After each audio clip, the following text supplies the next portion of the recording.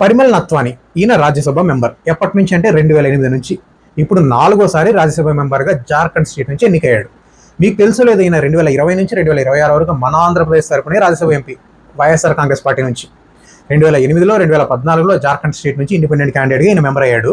ఇప్పుడు మళ్ళీ జార్ఖండ్ స్టేట్ నుంచి బీజేపీ వాళ్ళ ఇండైరెక్ట్ సపోర్ట్తో మళ్ళీ ఎలక్ట్ అయ్యాడు.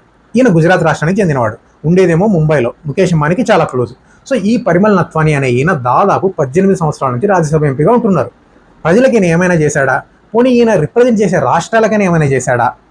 అది వదిలిపెట్టండి, గత 6 సంవత్సరాలుగా మన ఆంధ్రప్రదేశ్ నుంచి కదా ఈయన. మరి ఏ రోజైనా కూడా ఆంధ్ర ప్రజల గురించి కానీ ఆంధ్రప్రదేశ్ రాష్ట్ర ప్రయోజనాల గురించి కానీ రాజ్యసభలో ఈయన మాట్లాడిన దాఖలాలు ఒక్కటైనా ఉందా? పోనీ ఈయన వైఎస్ఆర్సీపీ నుంచి కదా ఈయన రాజ్యసభ ఎంపీ అయింది, కనీసం ఆ పార్టీకైనా ఈయనకు లాయల్టీ ఉందా? అది వదిలిపెట్టండి, ఇప్పుడు 3వ సారి జార్ఖండ్ నుంచి రాజ్యసభ ఎంపీ అవుతున్నాడు. మరి దీనివల్ల జార్ఖండ్ రాష్ట్రానికి ఏమైనా ఒరిగిందా, ఒరగబోతోందా?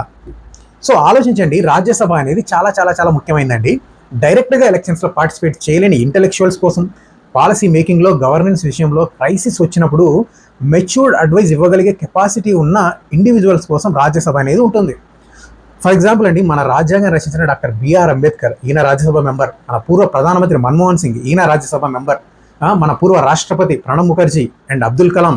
సో ఇలాంటి వాళ్ళందరూ రాజ్యసభ మెంబర్లు. ఇప్పుడున్న external affairs minister Jaishankar Rajya Sabha member, Atal Bihari Vajpayee, LK Advani ఇలాంటి లెజెండరీ పొలిటీషియన్స్ అందరూ రాజ్యసభ మెంబర్లుగా ఉన్నారు.